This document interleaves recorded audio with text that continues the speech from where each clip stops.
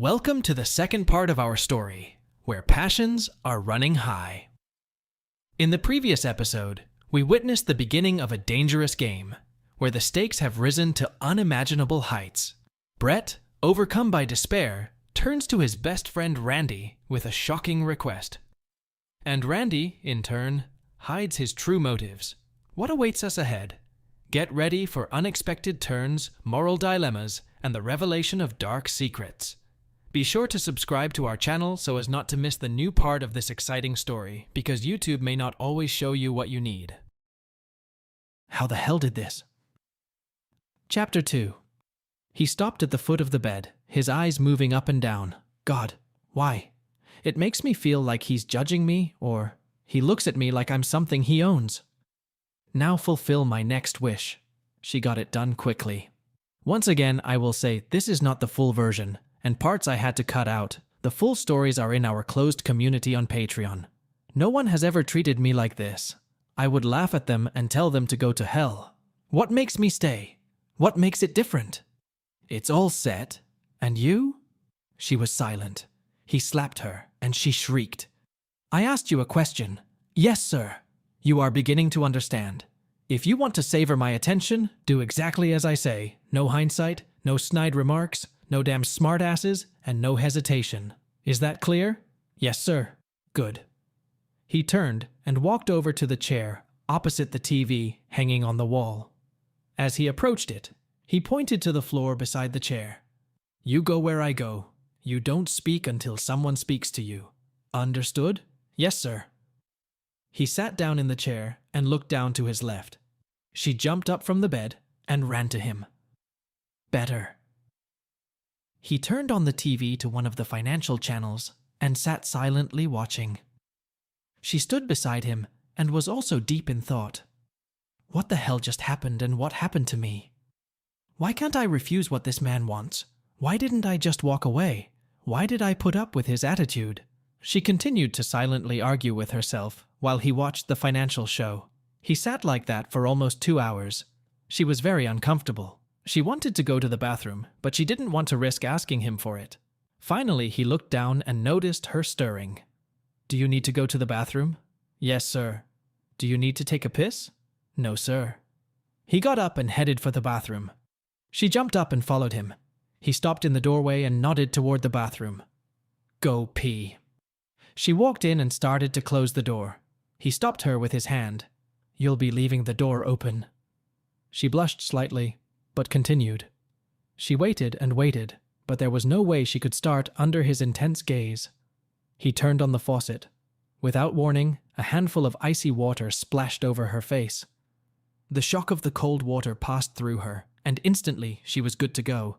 His eyes never took their eyes off her. Finished, she picked up the paper and wiped herself. This is humiliating. I'm going to get my clothes and leave right now. He's treating me like I'm nothing. She got up and flushed the toilet. Now, I can just go to the bedroom, get my stuff, and get out of here. Screw it. Without a word, he turned and left the room. Despite her own thoughts, she hurried after him as she trotted after him, trying to keep up with his long, confident strides. He walked down the hallway beyond the kitchen. She followed him into an indoor pool with a hot tub in one corner. She stared at him in amazement. Pressing a button to start the pumps, he lowered himself into the hot, bubbling water. She waited at the edge, not knowing what to do. He opened his eyes and nodded at the seat beside him. He sat with his head resting on the edge of the tub with his eyes closed. She sat and watched. Oh my God, I must be out of my mind. I have to get up and leave. After exactly 30 minutes, the bath timer expired and the jets went silent. He opened his eyes, stood up, and climbed out of the tub. Taking a towel from the closet, he wiped himself. Finished with the towel, he tossed it to her. She quickly realized it and wiped herself off. She tossed the towel as he started to walk away. He turned to see if she was following him. His gaze fell on the towel on the floor. Her eyes widened with fear. Oh, shit. He's a neatness maniac. Get a towel and bring it to me. She picked up the towel and brought it over to where he was standing. Taking it from her hands, he folded it diagonally, then tucked one end back. Then he folded it lengthwise. She watched him hold the towel by the thick end. At the other end, one wet corner dangled listlessly, slowly dripping water. Interlock your hands behind your back. She clasped her hands behind her back. Without warning, he deftly shook off the towel. The corner clicked loudly. Stand up and look at me. She struggled to return to an upright position. Her eyes filled with tears. I demand order and neatness. Do you understand? She managed to whisper a response. Yes, sir. Good. She watched as he unfolded the towel, folded it, and put it in the wet towel basket. She followed him into the kitchen. He pulled a beer from the refrigerator, opened it, and took a long drink. Tilting the bottle upward, he seemed to be studying her again. He reached into the refrigerator again and handed her a bottle of water. Drink. She opened the bottle and took a long sip. She hadn't realized how thirsty she was. She gulped down the water until the bottle was empty. She looked around, trying to find the trash can. He touched the closet door with his finger, and it opened, revealing a trash can inside. She lowered the bottle into it, and he closed it. He walked past her into the living room. She followed him as commanded, and when he stopped, he was staring at the TV again. The news was talking about a crop failure in China due to bad weather. She could see he was concentrating. He looked at the clock in the corner of the TV. It was 10:30. Bend over the couch. She turned and leaned over the back of the leather couch. Fear gripped her. Oh my God. I have to run. I have to get out of here. I can't take this abuse. Why am I still lying here waiting? Her head lowered and her eyes closed. Because I don't want to leave. I've never felt like this before. She realized he was no longer at her back and began to twist from side to side, trying to see where he was. She couldn't locate him. She was afraid to move. She heard him standing behind her, and to her horror, she heard the sound a cell phone makes when it takes a picture. He moved around her, taking pictures of her from every possible angle. When he finished, he put the phone down on the table. Stand up and turn around. She obeyed instantly. He held out the bottle to her. Take this and throw it in the trash. She picked up the bottle carefully and took a quick step toward the kitchen, tossing it into the trash can. By the time she returned, he was sitting facing the TV. She pulled herself closer to him. He looked down at her. When you get home tonight, you'll wake up your husband and spend a nice evening with him. Reorganize your schedule so that you can come here every Tuesday for the foreseeable future. Do you understand? She looked at him wildly, almost with fear, but answered quickly, Yes, sir. Good. Then go home. The door will close automatically behind you. He turned his attention back to the television, and it was clear that she had left. When she returned to the living room, he didn't look at her once, or even hint that she was there. She left when she heard the door close behind her and got into her car. For a few minutes she sat there, just staring into the darkness. What the hell just happened? She's never acted like this with any man before. I could have left at any time. Why didn't she? He treated her like a common fool. Why is she willing to put up with this now for this man? She shuddered. She knew the answer, but she didn't want to voice it or admit it to herself. She started the car and drove home. When she entered the bedroom, Brett was slightly awake and rolled over to look at her.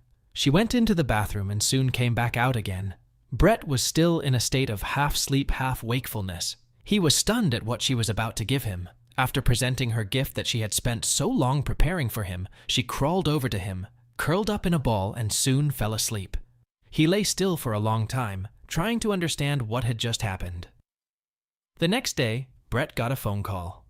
Brett, it's Randy. Hey kid, what's up? Did you have an interesting evening last night? Hell yeah. What the hell are you doing to her? I just let her know what respect is. Well, whatever it is, keep doing it. How was she acting this morning? I don't know that she didn't get up when I left. Okay. She's going to come up with some excuse not to stay out until midnight on Tuesdays. I take it she's coming to see you? Yes. Now listen carefully. In 2 weeks, on Saturday, she'll make up an excuse to be absent from mid-afternoon on Saturday to noon on Sunday. Don't make a big deal out of it. Let her make her own excuses. Good. I want you to clear your schedule as well. Okay. Why? We're going to start your training. What? You want to know how to behave with your wife so she'll be like last night all the time? Hell yeah! Then just do as I say. I'll call you for lunch next week. Plan to have lunch, and then after lunch, buy some things you'll need. Okay, I'll call you later. Brett sat at his desk wondering what all this education was about. He shrugged his shoulders. Randy seemed to know what he was doing, and the changes Brett had already seen were enough to convince him. When Brett returned home after lunch, he found Pat lying by the pool. He entered the house and threw his briefcase on the couch, then headed for the game room. He poured a glass of beer from the tap, opened the door to the pool, and stepped out. She jumped with surprise and grabbed a towel, wrapping it around her waist. What's wrong? Ugh, nothing. Just sunbathing. Where are you going? Do you want beer or wine? No, not now. I need to go upstairs. He watched her hurriedly walk away, wrapping the towel around her waist. It was so damn strange. Usually she was happily strutting around the house. He went back to the game room and turned on the TV. Upstairs, Pat looked in the mirror. The bruises from the belt were visible. Satisfied, she walked down the stairs. Brett was sitting watching some sports program when she walked into the game room. He looked back at her over his shoulder as she entered. I need to talk to you for a minute. He looked up at her. Of course. The manager at the gym asked if I would take over Jen's Tuesday night class. Something happened to her mother, and she can't work out anymore. So you're going out until midnight every Tuesday? Yes. He sighed. They can't find anyone else? Apparently not. If it's the right thing to do, then it's the right thing to do. She nodded and started to turn around. Hey, could you pour me another beer? She threw a glance back over her shoulder. Is your leg broken? She turned and continued on her way. He turned to the television with a smirk. Back to normal. The rest of the week went smoothly. Saturday night they went to a party at the country club, and she was as chatty, flirty, bitchy as ever. She wagged her ass and did her best to completely ignore him. He sat and watched her, sipping his scotch. I wonder how many of these creeps she's already spent evenings with. On Sunday, she slept in until noon. He went to the golf course, and when he came home, there was a note on the table. She had gone to get her nails and hair done. She'd be back later. He shrugged, rolled up the note, and tossed it in the wastebasket. She came in around 5 o'clock, announced she was going out to dinner with her girlfriends, and left immediately. He fried some wieners and watched some old Western movies. Around 11:30 p.m., the phone rang. Brett, it's Randy. What's up? It's a little late for you, isn't it? No.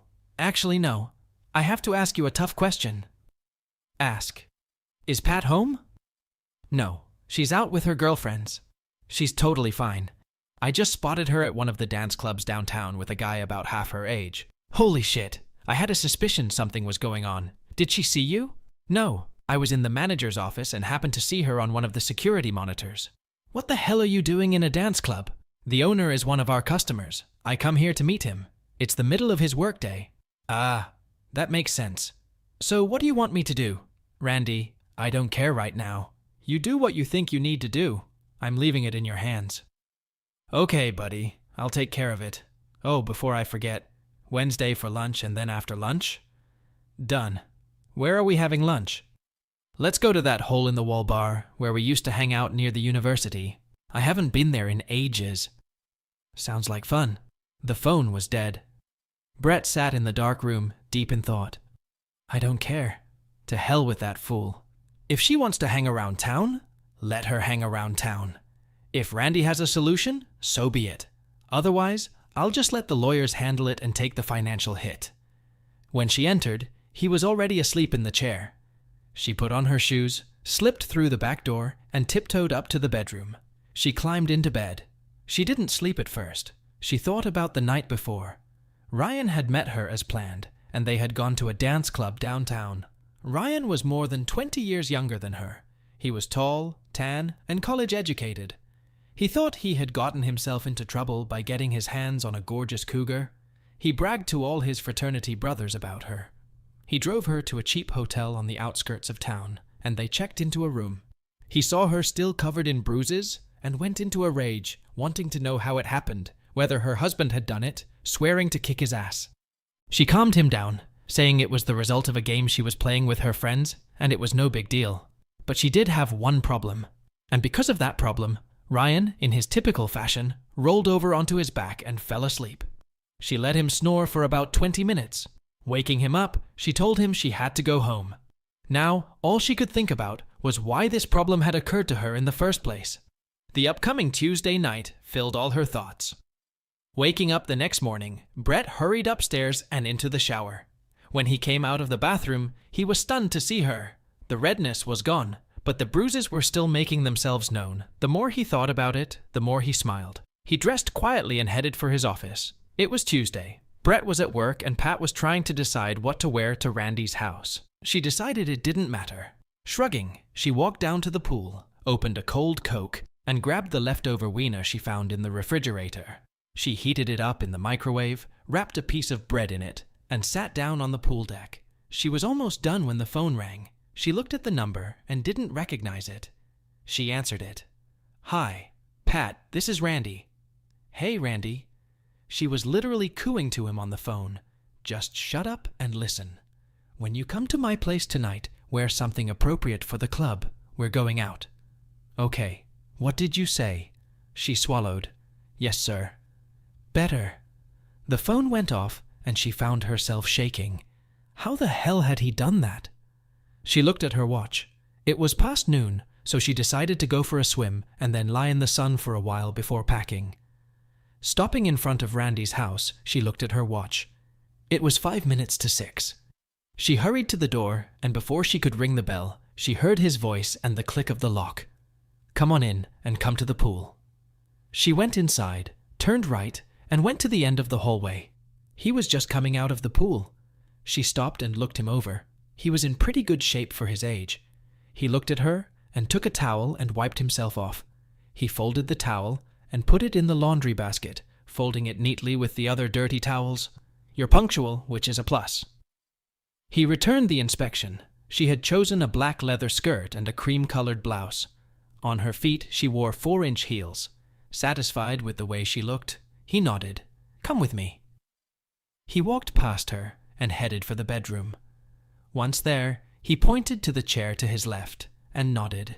He went into the huge walk-in closet and came out of there a few minutes later, dressed in all black. Black pants, a black knit shirt, and a black sports jacket over it. She'd only seen him in jeans and a polo shirt before. His hair, beginning to gray at the temples, gave him a look that was distinguished. Wasn't exactly the word she was looking for, but she couldn't find it. He picked up his everyday pocket pistol. "Let's go." She got up and followed him. He led her back down the hallway toward the pool, but turned through another door. It went out into the garage. She stopped and looked in. There was the regular 4-door Honda he drove. Next to it stood a red fire truck, something like that. It was the most exotic thing she'd ever seen. Her drawn-together eyebrows were questioning enough. "This is a Bugatti Veyron. From the factory, it goes 285 miles per hour. Get in." She walked to the passenger side, opened the door, and froze. The low-slung sports car, the small door put her in a dilemma. He was already behind the wheel. "Get in." She gritted her teeth, put one foot down, and then slid inside as hard as she could. The leather seat and leather skirt clung to each other. She pulled at the skirt. She struggled against it until he bellowed at her again. "Close the damn door." She slammed the door shut and got into the car. She heard the engine roar. The whole garage seemed to vibrate, and she could feel the vibration through the seat. She smiled. At least it felt good. The garage door rose, and he deftly backed out. As he accelerated down the driveway, she was pressed back into the seat. It was only a few seconds before the car sped off at breakneck speed. Once on the highway, he didn't exceed the speed limit. She was shaken by the car. She sat in silence, watching the scenery go by. He was silent as he drove the car. She didn't pay much attention when he pulled into the parking lot. She looked out the window and almost fainted. They were at the dance club she'd been to on Sunday with Ryan. He got out of the car easily, leaving the keys in the ignition. She jumped when the door opened and the valet grinned at her, not missing the state of her skirt. Randy barked at her from the curb. "Get out." She stretched out her legs and tried to stand up, but the deep bucket seat and the angle of the tilt prevented it. He stood waiting for her. She kept waiting for him to hold out his hand, but he just stood there and stared at her impassively, growing more and more impatient. Damn it. Come on.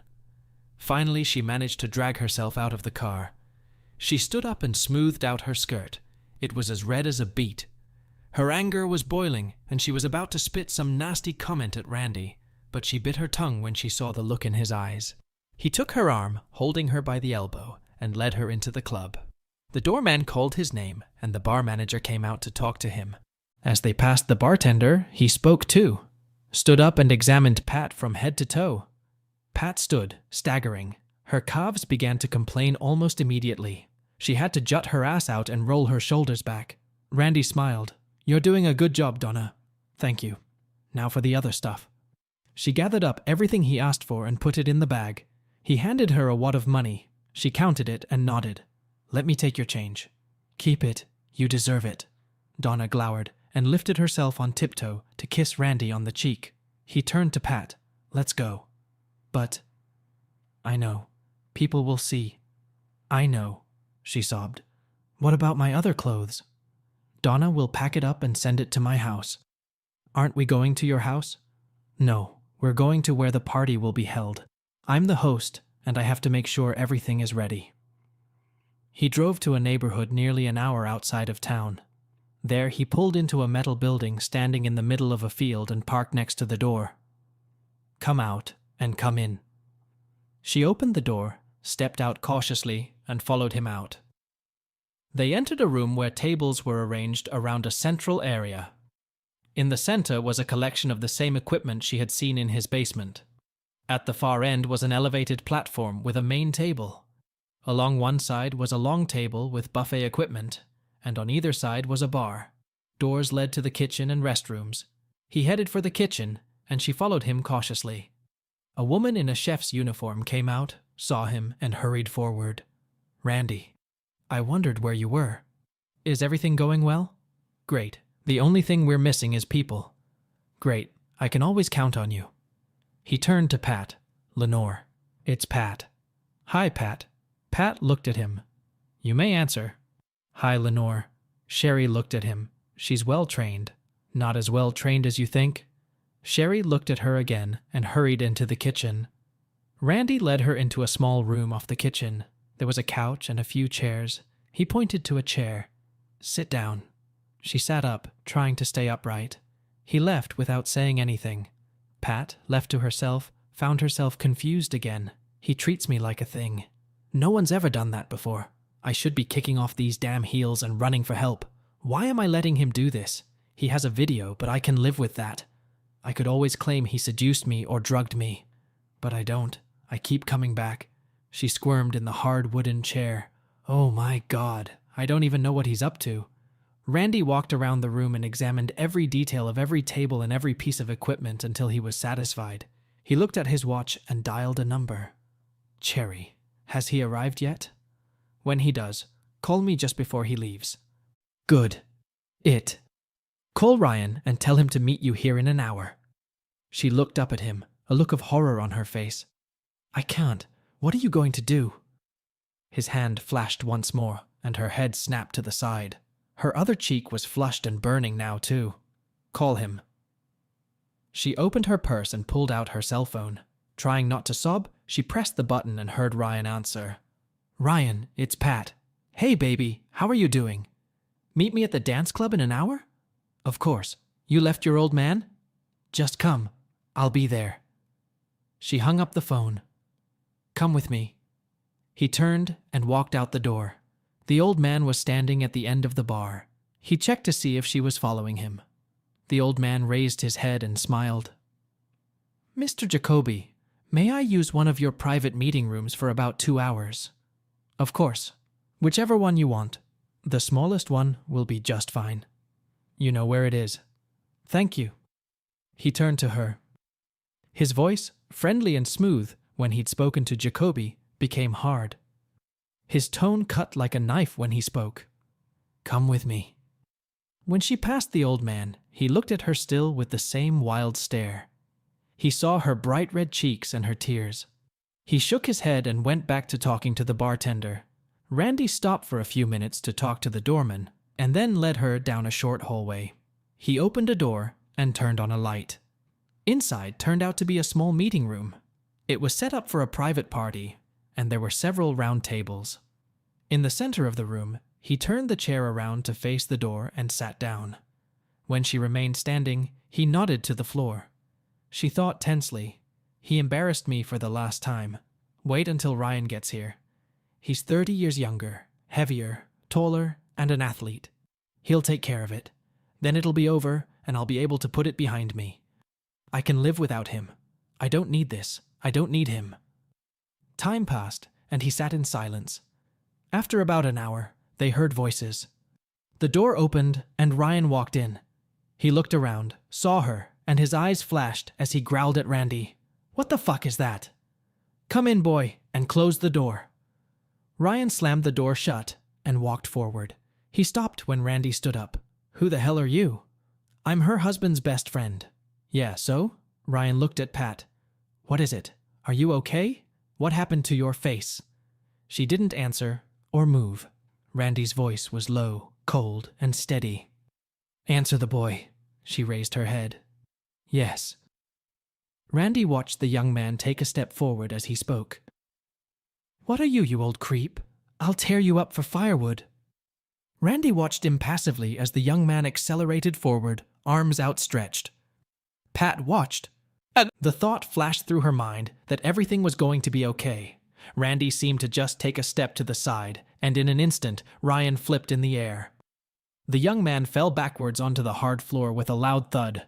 He lay there, stunned, and groaned. Randy looked at him. Pat was stunned. Oh shit. He's not even breathing hard. His hair isn't even ruffled. "Get up, boy." The young man groaned and rolled onto his side, managing to get his knee under him. His eyes rose, and Randy could see the anger in them. His eyes closed, and he suddenly lunged at Randy with a scream. "That was very nice, old boy, but I won't fall for it again." With his arms spread wide, he lunged toward Randy, intending to embrace the older man and subdue him. His hands closed where Randy's should have been, but got nothing but air. Randy's fist flashed and hit Ryan behind the ear, and the young man's hulking bulk just folded like a rag. Pat sat staring in amazement. Randy adjusted his jacket and walked over to the groaning heap on the floor. Ryan's eyes fluttered open. He tried to get up, but instead threw up on the floor. "Boy, get up, sit in the chair and listen to me." The young man crawled over to the chair. Using the seat of the chair as support, he was able to kneel down and then sit up. He looked up at Randy. "Boy, I want to give you some advice. First, if you're going to spend the evening with someone else's wife, do it quietly and discreetly. There are people who will kill you if you embarrass them. Second, if you're going to kick someone's ass, you better be damn sure you have the skills to do it. Appearances are deceiving, and the old guy you think is an easy target may turn out to be the one who kills you. Third, you must learn to think with the head you have on your shoulders, not the same one. Do you understand me?" The young man nodded his head slowly. "Good. Now, I'm going to give you a treat before I send you on your way." Randy looked at Pat and spoke to her. "Stand up and do what I'm about to ask you to do." She stood looking at him in amazement. "Didn't you hear me?" She suddenly realized that he was in complete control, and she didn't stand a chance. "Boy, stand up." The young man stood up, staggering a little. Randy did something. "Boy, if you can, have another nice evening with her. After that, you'll forget about her. You won't try to contact her. You won't answer her phone calls. If you see her on the street, you will turn around and walk in the other direction. Is that clear?" "Yes." "You know, your parents didn't raise you well. You don't respect your elders or the higher-ups. From now on, it's going to be, 'Yes, sir.' Got it?" "Yes, sir. Now fulfill my request." Ryan hesitated, not realizing what was going on. "Boy, I'm not going to tell you anymore. You should know by now that I can do it for you if I'm forced to." The young man complied with the request. That's what I thought. What's wrong now? Ryan stood, embarrassment hiding his face. Randy snorted derisively. "Shit, get your ass out of here. Remember what I told you. If I find out you've had any contact with her, you and I will meet again." The young man, without saying a word, headed for the door. Randy turned to her. Her eyes were closed, and he was sure she was sobbing silently. "Stand up and fix your clothes. We're going back to my house." She stood up. She saw him turn and walk away and hurried after him. On the way, he talked to the old man, handed a bill to the doorman and another to the valet. She managed to get back into the car with great grace. He remained silent as he drove. She kept her eyes on the side window, a storm of emotions raging in her head. What happened? Why? Why didn't I call for help? There were lots of other people in the club. I could have left. But I stayed. I wanted to see Ryan kick Randy's ass. I was afraid it would actually happen. I was afraid Randy would get hurt. I wanted Ryan to take me away. I didn't want to leave Randy. God! Back at his house, she got out of the car and hurried to catch up with him. He headed for the bedroom. She followed him. He walked over to the closet. She waited a second, then moved to the chair. He came out. The jacket was gone. He looked at her coldly. "Listen to me. You are an arrogant, spoiled, arrogant fool. You have a husband who loves you more than you deserve. Not only that, he gave you the whole world, and you treat him like shit. You're acting like the last woman on this planet. You need to learn how to behave and how to treat a man. Do you understand?" "Yes, sir. The first lesson you learn is that you shouldn't spend evenings with anyone unless your husband tells you to. The second lesson is that your husband should be respected. The third thing you will learn and remember is that you represent your husband all the time, and the way you behave reflects on him." She listened. It all sounded kind of corny. He noticed the look in her eyes.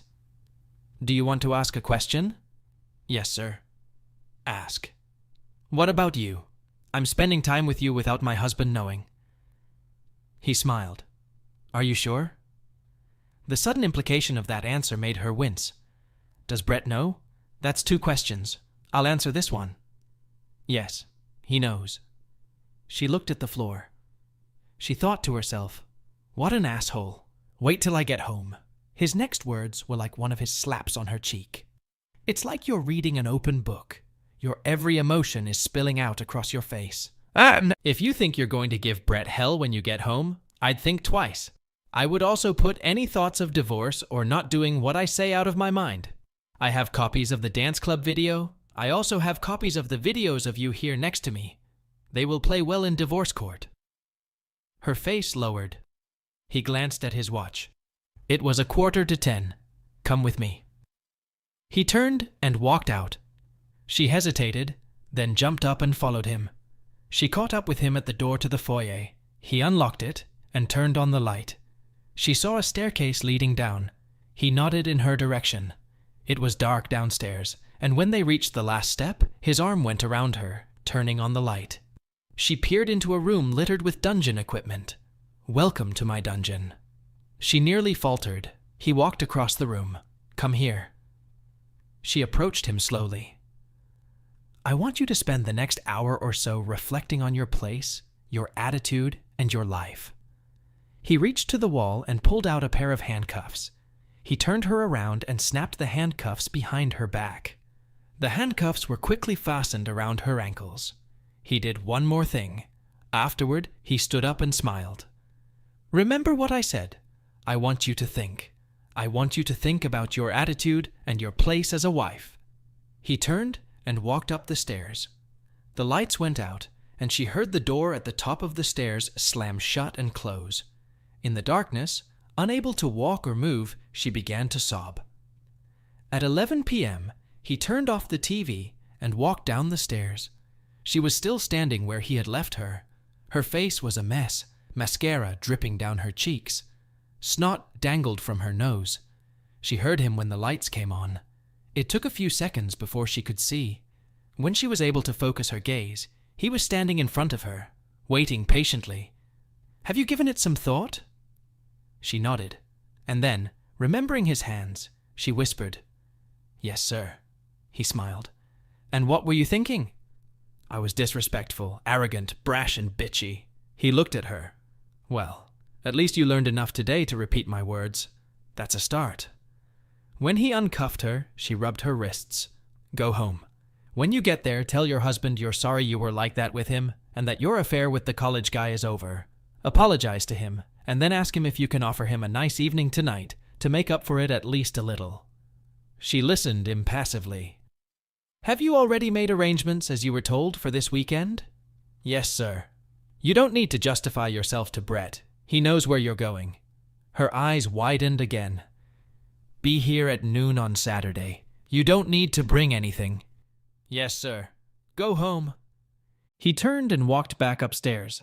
She picked up her purse and started to walk, but immediately cringed. When she returned home, she found Brett sitting by the pool. "Have you talked to Randy?" "Not since the day before yesterday." "You know that's where I was." "Yes." "You said yes?" "Yes." She looked at him coldly. "You're an even bigger idiot than I thought." She forgot her instructions and turned around, heading for the bedroom. She stopped and turned back to him. "You can sleep in one of the other bedrooms."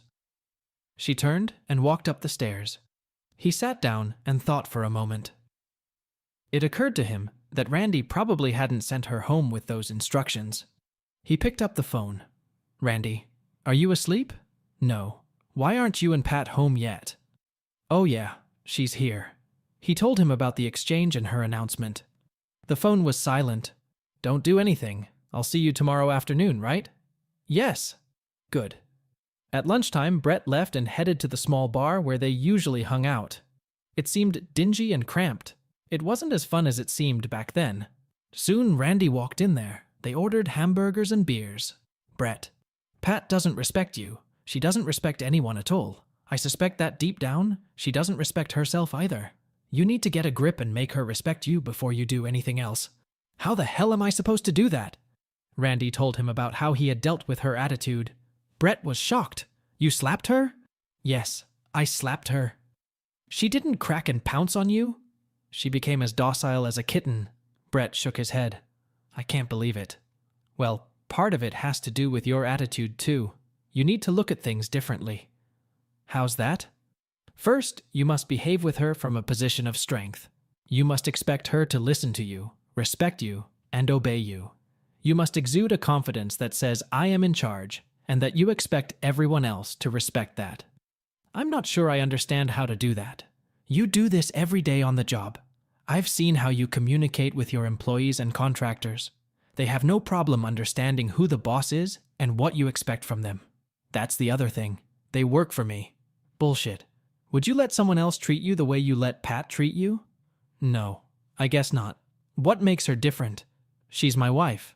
"So, does being married mean you have to be a doormat? Does that mean you should expect less respect?" Brett hesitated for a moment. "I guess not. I just don't know how to do it with her." "That's why you're going to school on Saturday night?" "What?" "You'll go to Randy University, a special school, and get your master's degree. Let's go. We have some shopping to do." Before the day was over, Brett had acquired a whole new closet. He also had a pair of thick black leather combat gloves and a spandex hood that fit snugly over his head but completely concealed his features. Before they parted, Randy gave him one last admonition. "You know where to be at 7:30. You will meet Cherry there and she will take you to the party. She will explain everything you need to know and be your guide. She has a lot of experience, and I have already discussed this situation with her. If you have any questions, follow Cherry's directions. Put on your new clothes, take gloves, and a mask." "You'll be there, won't you?" "Oh yes, and Pat too." Brett's eyes widened. "Won't she recognize me?" "Only if you end up near her and she hears you. That's why I told Cherry to keep you on the periphery wherever I am.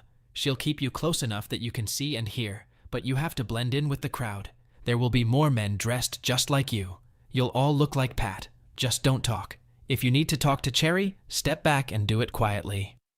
"Okay. I hope you know what you're doing?" "Trust me. I want to." On Saturday around 11 a.m., Pat walked in and looked at him sitting at his desk. "I'm going to Randy's house so your friend can teach me some more." He stared at her, saying nothing. She looked at him mockingly.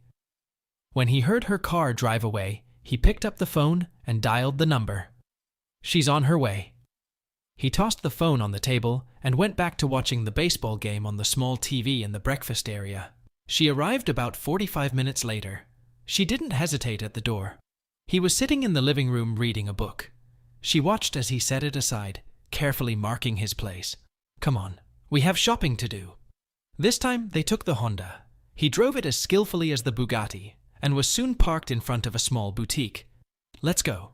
She followed him inside and found herself in an eclectic collection of antique clothing, leather goods, and contemporary pieces. Donna, are you here? I'll be right there. Pat watched the door from the back of the store, and a rather plump young woman with purple hair came out of there. She had piercings in her lips, eyebrows, and several piercings in each ear. She walked over and gave Randy a hug, then looked at Pat. Is that her? Yes. The younger woman looked her over from head to toe. Leather or cloth? Skin. Under the bust or over the bust? He looked at Pat. Over. Garters? 8. Panties? No. Shoes? We're going to pick them out now. What else? A collar and a pair of black steel handcuffs. Pat listened. She had no idea what they were discussing. Then the woman took her hand. Come on, honey. Let's try something on. Pat circled the store with her eyes. They were at the entrance behind a huge sheet of glass. Anyone could look inside. Pat, let's get started already. Her eyes pleaded with him. His face was impassive. She started slowly. Donna returned with a leather corset. She showed it to Randy, and he nodded. Put your hands up, sweetheart. Pat raised her arms above her head. The woman put the corset on her from behind, then reached in front of Pat and began to fasten the long row of metal hooks covering the piece. The woman put her hands on Pat's shoulders and led him over to a pole supporting the roof of the store. Hold on to that pipe. Hold on tight, because I'm going to pull really hard. Pat felt Donna begin to tug on the laces. The corset was getting tighter and tighter. It was getting harder and harder to take a deep breath. She felt like her insides were shrinking. Finally, the tightening was over, and the woman gasped and exclaimed, Done! Randy, what do you think? Randy looked at Pat from several angles. I think it's going to be beautiful. The woman touched Pat's shoulder and invited her to follow. As they walked through the store, Pat had time to look at herself in the mirror. The black leather corset cut off at least 3 inches from her waist. It made her already stunning figure even more impressive. At the rack on the wall, the woman stopped and looked at Randy. Mesh, nylon, or silk? Silk. She smiled. Only the best, right? Stitches or no stitches? Stitches. Cuban heels or blocked heels? Cuban. The woman opened the package. Pat watched Donna carefully roll up the stocking. Lift your leg. Pat lifted her leg. The feel of the silk running up her leg was almost soothing.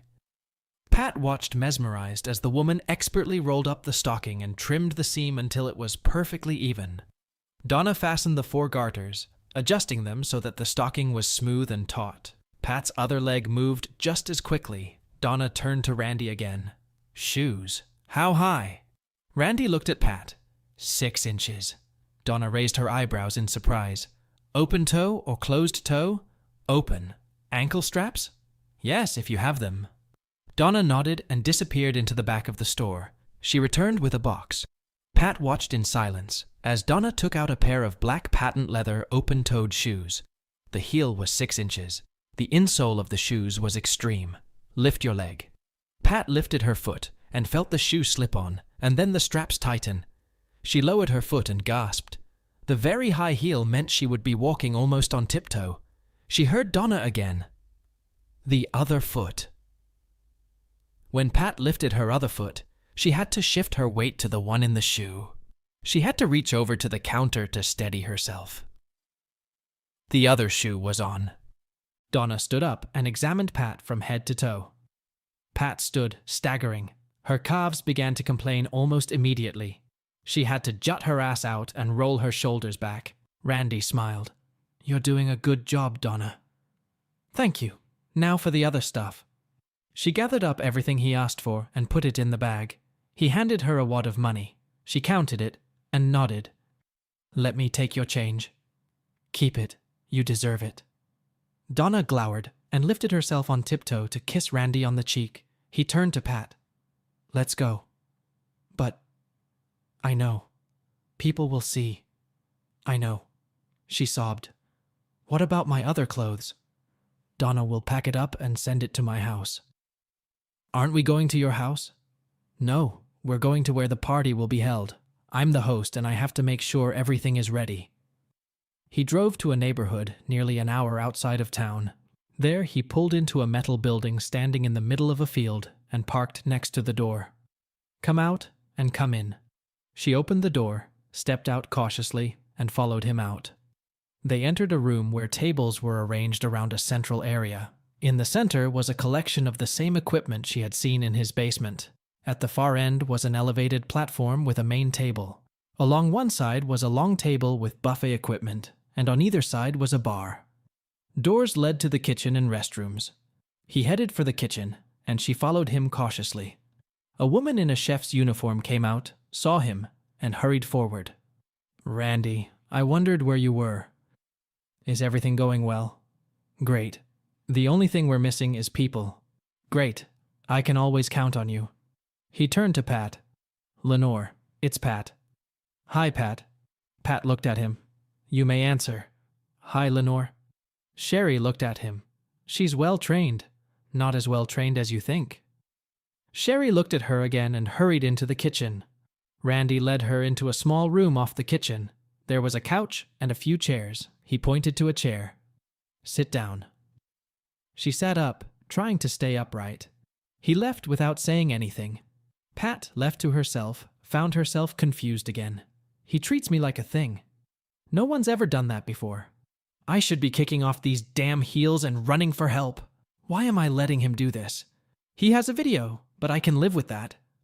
I could always claim he seduced me or drugged me, but I don't. I keep coming back. She squirmed in the hard wooden chair. Oh my God! I don't even know what he's up to. Randy walked around the room and examined every detail of every table and every piece of equipment until he was satisfied. He looked at his watch and dialed a number. Cherry. Has he arrived yet? When he does, call me just before he leaves. Good. Here we come to the end of the second part of our story. What have we learned? We have witnessed a deep psychological confrontation, where the boundaries of what is permitted are erased, and human relationships turn into a complex and dangerous experiment. Randy appears before us not just as a friend, but as a manipulator with an iron will and the ability to subjugate others. His methods are tough, bordering on cruelty, but they also demonstrate his absolute control over the situation.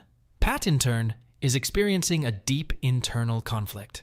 Her desire for freedom and independence collides with Randy's overwhelming pressure. She turns into an obedient puppet, but glimmers of resistance increasingly flash in her eyes. Brett remains in the shadows, but his fate is inextricably linked with what is happening. His trust in his best friend is seriously tested, and his wife becomes the object of a psychological experiment. We find ourselves in the epicenter of a psychological drama, where every step of the heroes can lead to unpredictable consequences. What awaits our heroes ahead? Will Pat be able to free himself from the shackles of psychological pressure? Will Randy be able to maintain control of the situation? And how will Brett react to all this? You will find the answers to these questions in the final part of our story. Don't miss it. In the meantime, you can enjoy the full version of this exciting story on our Patreon. There you will find a shocking ending that will change your understanding of friendship, love, and betrayal. Subscribe to our channel, like and share your impressions in the comments. Your opinion is very important to us. To be continued?